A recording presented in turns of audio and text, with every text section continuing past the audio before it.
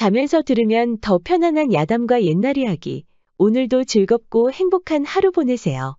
구독과 좋아요, 알림 설정도 잊지 말고 꾹 눌러주세요. 옛날 한 고을에 우렁찬 아기의 울음소리가 들렸습니다.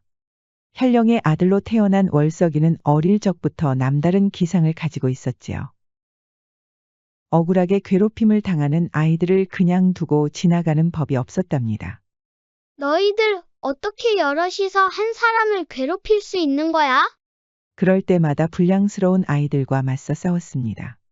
워낙 몸이 튼실한 덕분에 아이들이 애워싸서 때려도 끄떡도 없는 것이었지요. 나중에는 월석이가 지나가기만 하면 군소리 없이 도망치는 것이었습니다. 그러던 어느 날 봄 기운이 따스하게 내려진 들판을 걷고 있었습니다. 어딘가에서 흥얼거리는 소리가 들리는 것이었지요. 월석이는 홀린 것처럼 노랫말을 따라 걸어갔답니다. 한참 걸어가 보니 귀여운 강아지를 쓰다듬는 어린 여자아이가 보이는 것이었습니다.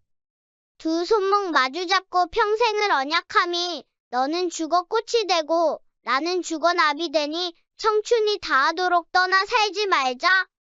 여자아이는 월석이가 뒤에 있는 것도 모르고 흥얼거리는 것이었지요. 아이가 손을 놓자 강아지가 먼발치에 있는 다른 강아지를 따라가는 것이었습니다. 월석이 눈에는 수컷 강아지가 암컷을 따라간 것처럼 보였답니다. 여자아이의 사랑 노래를 들어서 그런지 두 강아지가 어울려 뛰는 것이 아주 사랑스럽게 보였지요. 깜짝이야. 너 누군데 기척도 없이 그렇게 서 있는 거니? 미안해. 내가 노래를 불러서 방해하고 싶지 않았어. 여자아이는 갑자기 수줍어하는 것이었지요. 강아지들이 서로 좋아하는 것 같아서 불러본 거야. 그 노래는 제목이 뭔데 부르는 거야? 요즘 어른들이 자꾸 부르길래 따라 부른 거야. 모두 따라 부르지는 못해서 듣기 좋은 구절만 읊은 거야. 월석이는 처음부터 솔직히 말하는 여자아이에게 호감이 생긴 것이었습니다. 나는 매화라고 해. 부모님 따라서 산책하러 왔다가 강아지들이 워낙 귀여워서 온 거야. 나는 월석이야. 여기 살지 않는구나. 그런데 매화가 갑자기 입을 가리고 웃는 것이 아니겠어요. 월석이 많이 들었어. 내가 여기 아이들 중에 대장이라면서. 내가 대장이라고 그래? 억울하게 괴롭힘 당하는 아이들 구해준다고. 그래서 꼭 한번 보고 싶었어. 월석이는 수줍게 쳐다보는 매화의 눈빛 때문에 가슴이 쿵하고 뛰는 것이었습니다. 태어나서 이런 경험은 처음이었지요. 그날부터 두 사람은 들판 위에서 자주 만나 뛰어놀았답니다. 개울가에서 물장구도 치고 귀여운 강아지들이 보이면 그 노래를 합창하는 것이었지요. 그리고는 서로가 재밌어서 들판 위에 쓰러져 한참을 웃었답니다. 그렇게 한참 놀았던 월석이는 매화의 아버지를 처음 만났습니다. 그래, 내가 이 동네에서 가장 씩씩하다는 월석이로구나. 월석은 그동안 기계가 높은 무인들을 많이 만나봤지만 매화의 아버지처럼 믿음직스러운 인상은 처음이었지요. 매화 아버지는 선비 차림을 하고 있었지만 단번에 무예에 능통하다는 것을 알 수 있었습니다. 매화 아버지는 다름 아닌 금이대장이었습니다. 월석에게는 꿈과 같은 벼슬이었기 때문에 그때부터 매화 아버지를 존경하고 따르기로 했답니다. 그러던 어느 늦은 밤에 매화가 찾아온 것이었습니다. 정자에 앉아 책을 읽고 있었는데 매화가 돌을 던지며 장난을 치는 것이었지요. 매화야, 너 이렇게 늦은 밤에 어떻게 온 거야? 너 아무것도 모르는구나. 내가 뭘 몰라? 우리 부모님하고 너네 부모님하고 만났어. 월석은 금시초문이었지요. 이후에 매화가 들려주는 이야기는 더 실감이 나지 않는 것이었습니다. 엄마 말로는 너하고 나하고 나중에 크면 한 방에서 같이 산대. 너하고 나하고 어떻게 한 방에 같이 살아? 바보야, 너하고 나하고 혼례를 올린다는 거잖아. 월석과 매화의 인연이 양가의 만남으로 이어진 것이었습니다. 두 집안이 그렇게 가까워지고 있다는 것은 월석과 매화도 까마득히 모르고 있었답니다. 그렇게 보름이 지나자 매화는 아버지를 따라 한양으로 떠났습니다. 매화의 아버지는 떠나기 전에 보기만 해도 위험이 넘치는 검을 건넸지요. 월석아, 이 검은 너와 매화가 혼례를 올리는 증표란다. 금이대장이 꿈이라는 얘기는 내 아비한테 다 들었단다. 어서 바꿔라. 월석은 감개무량해서 눈물이 나는 것이었습니다. 힘들 때마다 이 검을 기억하거라. 금이대장인 내가 너에게 건넨 것이니 잊지 말고 꿋꿋이 앞으로 나아가거라. 월석과 매화는 헤어지기 하루 전에 손을 잡고 눈물을 흘렸습니다. 매화의 아버지가 조정의 부름을 받고 급히 떠나는 것이니 어쩔 수 없이 이별할 수밖에 없는 것이었습니다. 그렇게 세월이 흘러 월석은 건장한 청년이 되었습니다. 임금이 승하했다는 소식이 들려오면서 매화 식구들이 걱정되기 시작했지요. 월석은 그럴 때마다 매화의 아버지가 건넨 검을 꺼내 의욕을 다졌습니다. 그러던 어느 날 금이대장 집안이 몰락했다는 소식이 들렸습니다. 매화의 아버지가 대역죄인으로 포박당해야 할 전날에 죽음을 당했다는 것이었지요. 월석은 도저히 믿을 수가 없어 급히 금이대장 집으로 달려가 보았답니다. 소문대로 금이대장의 집은 풍비박산이 났고 가족들은 뿔뿔이 흩어진 것이었습니다. 그리고 얼마 가지 않아 매화가 있는 곳까지 알 수 있었습니다. 동네 노파와 아줌마들 말에 따르면 갈 곳이 없던 매화를 오작이 거둬들인 것이었습니다. 지금은 오작이 세상을 떠났고 매화가 직접 장의사 일을 하면서 생계를 이어간다는 것이었지요. 월석은 그렇게 순수한 매화가 장의사를 한다니 상상도 하기 힘든 것이었습니다. 그렇게 매화를 겨우 만날 수 있었지만 교수였다는 것이 믿기지 않을 정도로 초췌해 보였지요. 매화야, 나 월석이야, 기억해? 매화는 얼른 대답하지 못하고 눈물부터 흐르는 것이었습니다. 월서가, 너도 다 들어서 알겠지만 우리 집안은 몰락했어. 나는 아버지를 구하느라 이렇게 끔찍한 몰골이 됐어. 이제 다시는 나 찾아오지 마. 하지만 월석은 매화를 외면할 수 없는 것이었습니다. 어떻게든 매화와 혼례를 올리고 싶었지요. 월서가, 내가 말했잖아. 이제 날 그만 찾아와. 내 아버지가 줬던 이 검을 기억해. 나는 내 아버지와 약속을 했어. 무슨 일이 있어도 너와 혼례를 올릴 거야. 내 부모님도 그렇지만 세상이 우리 혼례를 허락할 것 같아. 내 집안까지 몰락하기 싫으면 이제 날 잊어. 월석은 떠나기 전에 조개들로 만든 목걸이를 줬답니다. 내가 직접 주운 조개들로 만든 거야. 우리가 혼례를 올릴 때 꼭 이 목걸이를 하고 나와줘. 월석이 떠나고 매화는 하염없이 눈물만 흐르는 것이었지요. 그 이후로 월석의 의지는 더 강해졌고 결국 금이영의 종사관이 되었답니다. 벼슬을 얻었으니 이제 매화와 혼례를 올릴 수 있다고 믿은 것이었지요. 그런데 어느 날 조정에서 월석을 찾는 것이었습니다. 월석은 그동안 도성의 치안을 지킨 덕분에 내심 기대하고 있었습니다. 이번을 기회로 금이대장이 되기 위한 초석을 다져보려는 것이었지요. 조정 사람들을 따라간 월석은 어마어마한 기와집 앞에서 입을 다물지 못했습니다. 여기는 어디입니까? 월석은 기대했던 관가가 아니라서 잠시 어안이 벙벙했습니다. 조정 사람들은 대답하지 않고 조용히 아씨를 불렀고 방문이 스르륵 하고 열리는 것이었습니다. 월석은 문이 열리는 쪽을 돌아보고 깜짝 놀라는 것이었습니다. 화장을 진하게 했지만 분명히 매화의 얼굴을 한 여인이 나오는 게 아니겠어요. 듣던 대로 아주 듬직하구나. 내 이름이 월석이라고 하였지. 월석은 대답하지 못하고 여인을 멀뚱히 지켜보기만 했습니다. 그러자 조정에서 왔다는 남자들이 월석의 종아리를 때려 무릎을 꿇게 하였지요. 소문을 들어서 알겠다만 나는 좌의정 최 씨의 딸 양화다. 금이영 종사관이 최근 활약이 좋다고 해서 불렀지. 방 안에 들어간 월석은 여전히 양화를 보고 믿기지 않았습니다. 어떻게 이렇게 매화와 닮을 수가 있을까?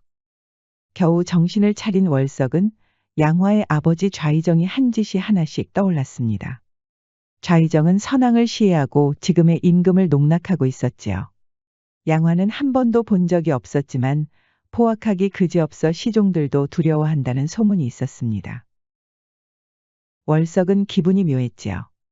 그렇게 보고 싶었던 매화는 집안이 몰락했고 쌍둥이라고 해도 믿을 정도로 닮은 양화가 아리따운 자태를 드러내고 있었으니까요. 술이 좀 들어갔더니 덥구나. 양화는 저고리와 버선까지 벗더니 우아한 자세로 기지개를 켜는 것이었지요. 머리를 뒤로 젖히며 드러난 목선도 말도 안 되게 아름다운 것이었습니다. 월석은 자기도 모르게 침을 꿀꺽 삼켰지요. 이리 오너라. 월석은 양화의 손짓에 홀려 옆으로 다가갔습니다. 양화가 매화였으면 하는 마음에 그만 와라 끌어안아 버렸지요. 양화는 월석의 그런 마음도 모르고 왕가지만한 물건을 냉큼 쥐었습니다. 월석의 뜨거운 신음이 양화의 목을 덮어버리자 밥상이 엎어지고 몸이 뒤엉켰지요. 양화는 월석의 물건이 궁금했는지 직접 꺼내서 맛을 보고는 양다리를 우아하게 벌리는 것이 아니겠어요. 월석은 양화의 깊숙한 곳으로 빨려 들어갔답니다. 그런데 월석은 자기도 모르게 매화를 불렀습니다. 양화는 깊이 들어온 물건을 빼버렸고 한껏 뜨거워진 옹달샘을 얼른 가리는 것이었지요. 내가 감히 내 방 안에서 다른 여인의 이름을 부른 것이냐? 월석은 그 자리에서 끌려가 멍석마리를 당하고 말았습니다. 흠씬 두들겨 맞았지만 몸이 워낙 튼실한 덕분에 하루를 쉬고 금방 나은 것이었지요. 아무리 봐도 매화였는데. 설마 두 사람이 쌍둥이 자매인 걸까? 월석은 장의사 일을 하는 매화와 시종들을 거느린 양화를 보면서도 도저히 믿기지 않는 것이었습니다. 매화도 그렇지만 양화도 자매는 없었지요. 월석은 양화와의 일을 크게 반성하고 다시 매화를 찾았습니다. 매화야, 보름 뒤에 우리 혼례를 올리는 거다. 매화는 한탄했답니다. 월서가 그렇게 말했는데도 이해를 못하는 거야? 우리가 혼례를 올리면 불행해진다는 거 몰라? 걱정하지 마. 나는 이제 금이영에 알아주는 종사관이 됐어. 내가 누구와 혼례를 올리든 상관없어. 어느 누구도 우리한테 손가락질하지 못한단 말이야. 보름 뒤에 내가 다시 찾아올 테니까 준비하고 있어. 우리는 진짜 부부가 되는 거야.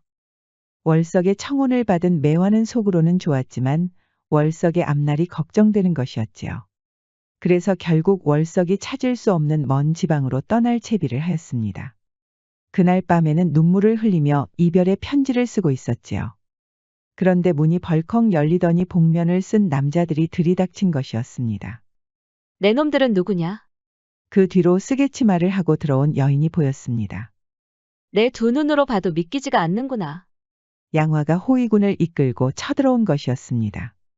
그동안 양화는 월석의 뒤를 미행했고 자신과 닮은 매화와 혼례를 올린다는 것을 알았지요. 월석이 매화라는 이름을 부르길래 누군가 했더니 아주 초라하기 짝이 없구나. 매화 역시 자신과 똑같이 생긴 양화 앞에서 입을 다물지 못했습니다. 당신은 누구시오?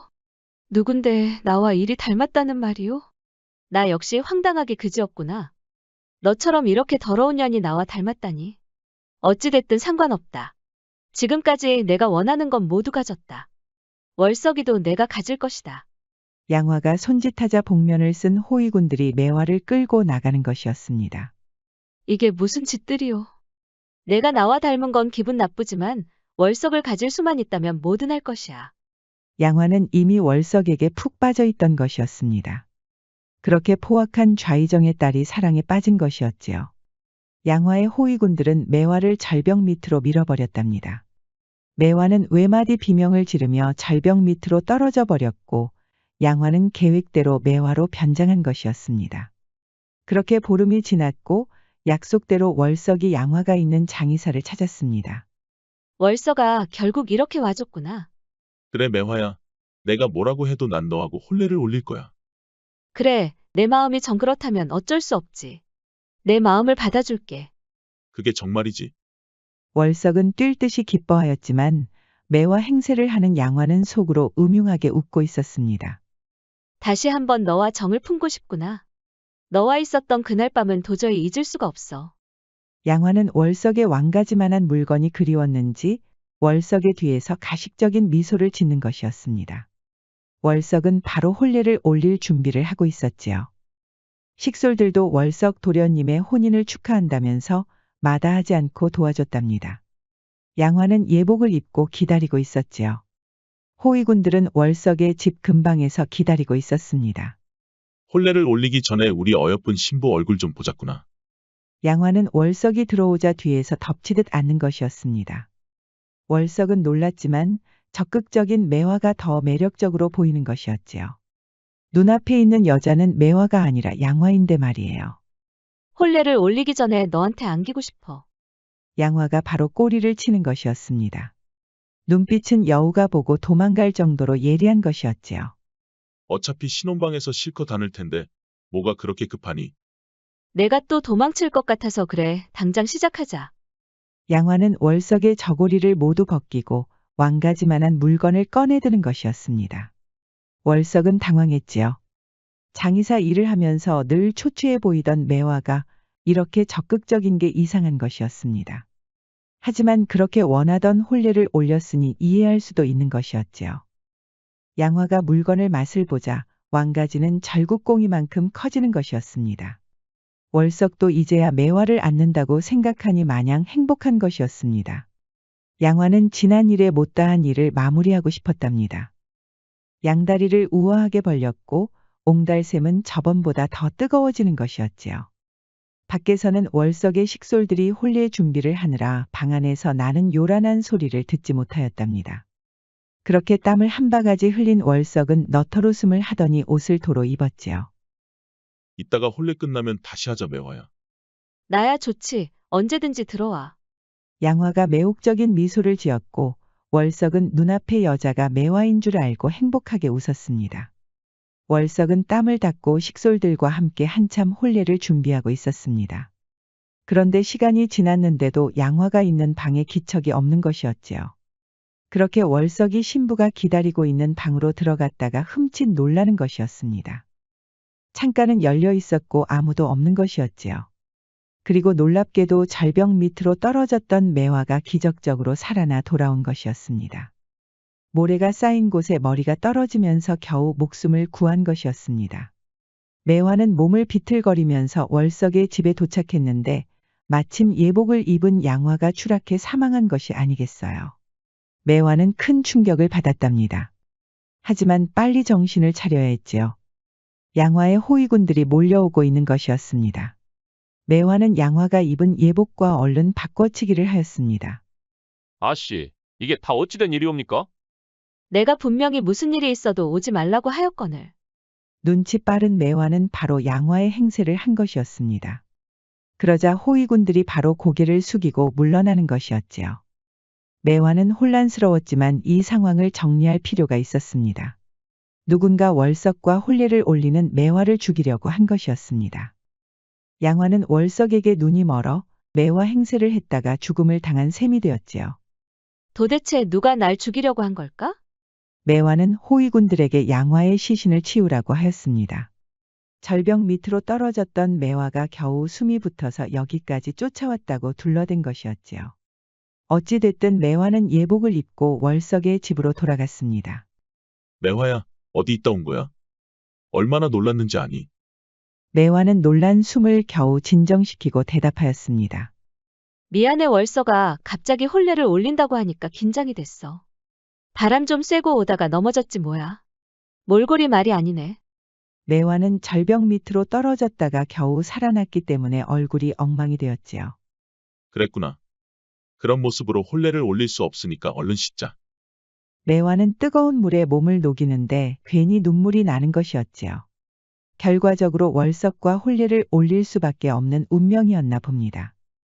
몸을 씻고 예복을 다시 입고 있는데 월석이 방에 들어왔습니다. 매화야, 혼례 올리고 알지? 우리 뜨겁게 안아보자. 매화는 월석이가 색이라도 밝히는 남자처럼 보였답니다. 이 녀석, 설마 나를 사랑해서가 아니라 그거 하고 싶어서 혼례를 올리자고 한 건 아니겠지? 그렇게 매화는 월석과 혼례를 올렸고 신혼방에 들어갔습니다. 어제는 죽을 뻔했는데 오늘은 예복을 입고 그렇게 사랑했던 월석을 기다리고 있다니 매화 스스로도 믿기지 않는 것이었습니다. 월석이 들어오자 매화는 겨우 실감할 수 있었답니다.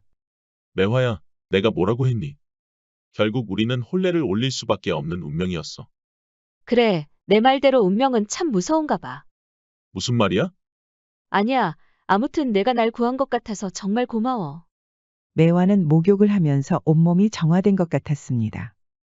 월석의 품에 안기면서도 여전히 꿈만 같았지요. 그렇게 뜨거운 밤을 보낸 매화는 밖에서 기다리는 호위군들 때문에 놀랐습니다. 이제부터 양화 행세를 해야 했기 때문에 매화는 독해 보일 필요가 있었지요.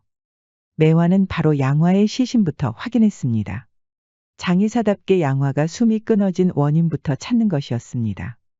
지켜보던 호위군들은 매화의 행동이 이상했답니다. 평소에 양화라면 시신은 끔찍이 여겨서 쳐다도 못 봤을 테니까요. 매화는 양화가 죽은 원인이 머리에 생긴 상처라는 것을 알아냈습니다. 아씨, 그렇게 끔찍한 시신을 뭐하러 보십니까? 제가 잘 아는 의원이 있으니까 그만하시죠. 매화는 이때다 싶어서 최대한 나쁜 여자처럼 보이려고 했답니다. 너희들이 똑바로 처리를 못했으니까 내가 이런 수고를 하는 것이 아니더냐. 호위군들은 바로 무릎을 꿇었지요. 아씨, 죽을 죄를 지었사옵니다. 분명히 절벽 밑으로 떨어진 것까지 확인했는데 어떻게 살아서 거기까지 걸어갔는지 도무지 알 수가 없습니다. 양화는 몽둥이 같은 것에 맞아서 죽은 것이 확실했습니다. 정수리가 보기 무서울 정도로 뭉개져 있었지요. 그런데 아씨, 앞으로 어쩌시려고 그렇게 월석과 덜컥 혼례를 올리신 겁니까? 어차피 아씨 정체는 금방 탄로가 날 텐데요. 매화는 상상하기 싫었지만 양화가 월석을 사랑했다는 것 외에는 설명할 길이 없는 것이었습니다. 그렇지 않고서야 매화를 죽이면서까지 월석과 혼례를 올리는 일은 없을 테니까요. 그건 내가 알아서 할 테니 너는 신경 쓰지 말거라. 그렇게 호위군들이 물러나자 이상하게 매화는 신이 나는 것이었습니다. 그동안 집이 몰락하고 장의사로 살아가면서 기세 한번 펼치지 못했으니까요. 역시 교수로 살아가는 것이 훨씬 재밌단 말이지. 하지만 호위군 대장이 한 말처럼 금방 들통이 날 일이었습니다. 월석은 시장에서 행패를 부리는 왈패들을 붙잡았다가 충격적인 얘기를 들었습니다. 왈패 중에 양화의 호위군 동료가 있었는데 매화를 죽일 계획이었다는 말을 전해 들었다는 것이었지요. 확실합니다. 친구 녀석이 양화 아씨와 함께 매화를 죽이러 간다고 했습니다. 그날이 아마 혼례를 올렸던 날이었을 겁니다. 설마 창가가 열렸던 그날에 매화에게 무슨 일이 있었던 건 아니겠지. 집으로 돌아온 월석은 바로 매화를 찾았습니다. 매화야, 혹시 혼례를 올렸던 그날에 누가 찾아오지는 않았니? 무슨 일 없었어? 매화는 당황할 수밖에 없었지요. 사실 월석이에게 사실대로 말할 수도 있었지만 범인을 직접 찾고 싶었습니다. 월석이가 알면 직접 조사하겠다고 나설 건 뻔하고 그리 되면 월석이가 위험할 수도 있었으니까요. 하지만 매화는 월석이의 눈을 볼 때마다 진실을 얘기하고 싶었답니다. 그런데 이게 무슨 운명의 장난일까요? 매화가 솔직하게 말하려고 결정한 그날에 여종들이 한 말을 듣고 충격에 빠진 것이었습니다. 월석이 양화의 방에 들어가서 한동안 나오지 않았다는 것이었지요. 두 사람이 정을 품었다는 소문은 삽시간에 퍼진 것이었습니다. 매화는 혼란스러웠지요. 월석이는 마지막까지 매화와 혼례를 올리겠다고 했지만 양화의 유혹에 넘어갈 수도 있는 것이었습니다. 그래서 결국 월석이에게 사실대로 말하지 못한 것이었지요. 매화는 월석이도 관련이 있을 수 있다고 의심하기 시작했습니다. 하지만 월석이도 매화를 점점 의심할 수밖에 없었습니다. 그날 매화가 죽었다면 지금 자신과 혼례를 올린 사람은 양화일 테니까요. 아니야, 그럴 리가 없어. 저 여자가 양화라고? 그럼 우리 매화는 죽었단 말인가? 월석이는 도저히 참을 수가 없었습니다. 만일 혼례를 올린 사람이 양화라면 이보다 더한 모욕은 없을 테니까요. 그래서 월석이는 바로 매화 앞에 다가와 다그치기 시작했습니다. 똑똑히 들어. 내가 정말 매화라면 나와 한 약속을 잊지 않았을 것이야. 내가 줬던 그 목걸이 아직도 가지고 있어. 매화는 당황했지만 침착하게 행동했습니다. 나 역시 너한테 물어보고 싶은 게 있어. 좌의정의 딸이라는 양화, 그 포악한 계집의 방에 들어갔다는 게 사실이야? 월석이는 뜨끔했습니다. 매화는 월석이의 눈이 흔들리는 것을 보고 점점 불안해졌습니다. 그래, 양화의 방에 들어갔어. 매화는 참았던 숨이 터져나오는 것이었습니다. 설마 했던 일이 실제로 있었다고 하니 하늘이 무너지는 것 같았지요. 그런데 양화라는 그 여자, 너하고 정말 닮았더라. 양화의 품에 안기면서 내가 그 여자이길 바랐던 것 같아. 그러면 안 되는데 그만큼 널 안고 싶었어. 월석이 후회의 눈물을 쏟아내는 것이었습니다. 매화도 가슴이 아파 덩달아 눈물을 흘렸지요. 그리고 월석이 예전에 줬던 그 조개 목걸이를 꺼내서 보여주었습니다. 너와 한 약속 절대 잊지 않았어. 매화는 그제야 모든 진실을 얘기해 주었답니다. 월석이는 안심하면서도 당장 매화가 그 좌의정 집에서 무사할 수 있을지 걱정이었지요. 걱정하지 마. 지금은 호위군들과 함께 있는데 다들 전혀 의심을 못하고 있어. 그보다도 내가 도와줄 일이 있어. 월석이는 관가로 돌아가 양화를 살해한 범인부터 조사하기로 했습니다. 혼례를 올리던 그날에 누가 왔었는지 철저히 조사해 보았지만 목격자도 없고 증자도 없는 것이었지요. 그동안 매화는 좌의정 집에서 동냥하러 오는 불쌍한 주민들을 도와주고 있었습니다. 호위군들을 포함해 보는 눈이 있으니 겉으로는 자비도 없는 포악한 여인처럼 굴었다가 나중에는 조용히 불러서 먹을 것들을 주고 보내주고 있었지요. 그러던 어느 늦은 밤에 호위군 대장이 찾아온 것이었습니다. 아씨, 긴히 드릴 말씀이 있어서 이렇게 찾아왔습니다. 무슨 일인데 이렇게 늦은 밤에 찾아온 것이냐? 다름이 아니오라. 혼례가 있었던 그날 밤에 몰래 들어가는 사람을 보았습니다. 매화는 깜짝 놀라는 것이었지요. 그것이 누구더냐? 얼굴은 보았느냐? 사실 그 사람은 바로 우리 사람이었습니다. 그것이 무슨 말이더냐? 이런 말씀은 끝까지 드리지 않으려고 했는데 혼례가 있던 그날부터 아씨의 행동이 하도 이상하여 많이 고심했습니다. 매화는 점점 불안해지기 시작했지요. 설마 호위군 대장이 눈치를 챈 건 아닌지 겁이 난 것이었습니다. 그런데 이상하게도 호위군 대장은 그 어떤 위협도 없이 진실만을 말하는 것이었습니다. 아씨가 양화가 아니라는 거 이미 알고 있었습니다. 무엇이라? 그럼 어찌 지금까지 참아왔느냐? 주민들을 몰래 도와준 것을 알아챈 것이었지요. 양화 아씨라면 도저히 그런 짓을 할 수가 없습니다. 그동안 아씨의 포악한 짓을 많이 참았습니다. 사실 우리 호위군들 중에도 양화 아씨에게 불만이 아주 많았습니다. 그럼 그날 몰래 들어간 사람이 너의 부하란 말이더냐? 그렇사옵니다. 좌의정 대감께서 지시한 일이옵니다. 매화는 당황스러웠습니다. 아무리 양화에게 불만이 있었다고 해도 이렇게 순순히 고백하는 게 이상했지요. 모르셨겠지만 저와 호위군들 중에도 양화 아씨에게 계속 도움을 청하고 있었습니다. 부모님이 동냥하러 오는 것을 차마 못 봐주겠는데 이렇게 매화 아씨가 도와줄 것이라고는 생각도 못했습니다. 저와 호위군들도 모두 지쳤습니다. 이제 진실을 알릴 때가 왔습니다. 그럼 내가 매화라는 것을 알고도 도와주겠다. 이 말인가? 그렇사옵니다.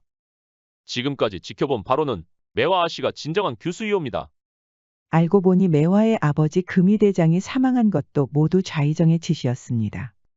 매화의 아버지가 선왕을 시해하려고 했던 음모를 파악했고 겁이 난 좌의정이 호위군들을 시켜서 살해한 것이었지요. 그럼 우리 집이 몰락한 것도 다 그 좌의정 때문이었단 말인가?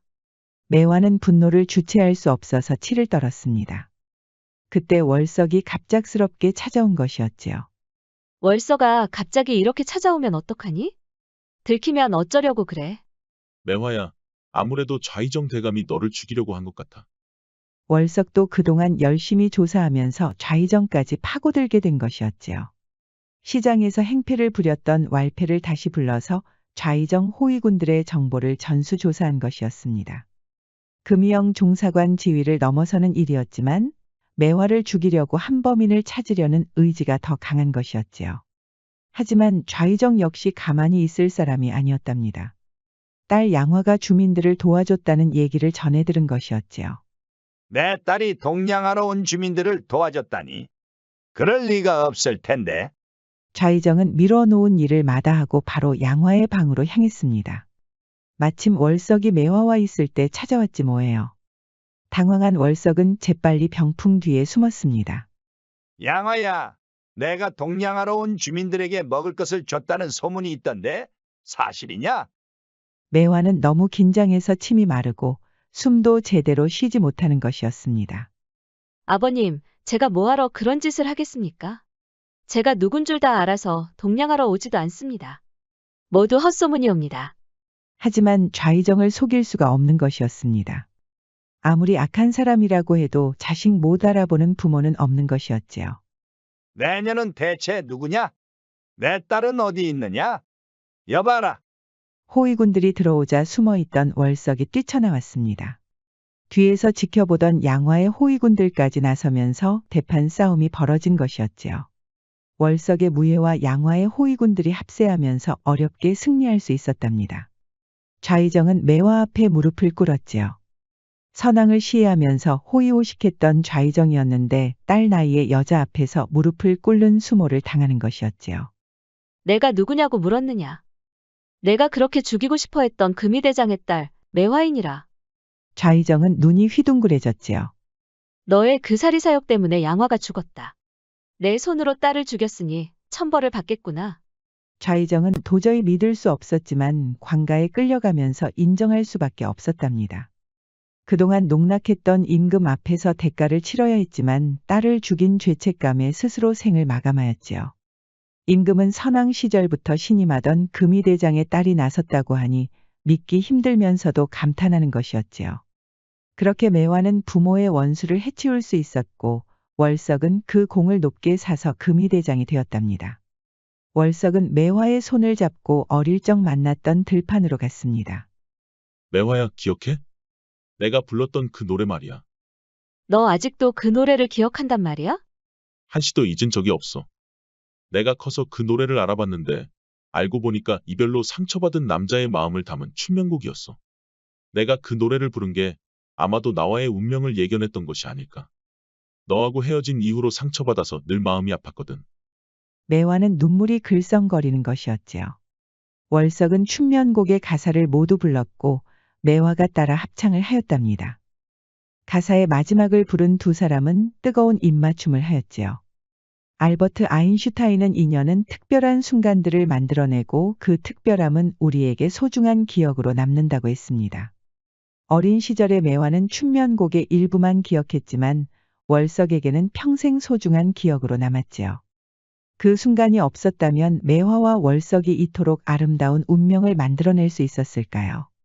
야담과 옛날 이야기는 앞으로도 재미있는 이야기가 많이 준비되어 있습니다. 다른 영상도 재미있게 봐주시고 구독과 좋아요, 알림 설정도 잊지 말고 꼭 눌러주세요. 그럼 여러분 모두 오늘도 행복하고 즐거운 시간 보내세요.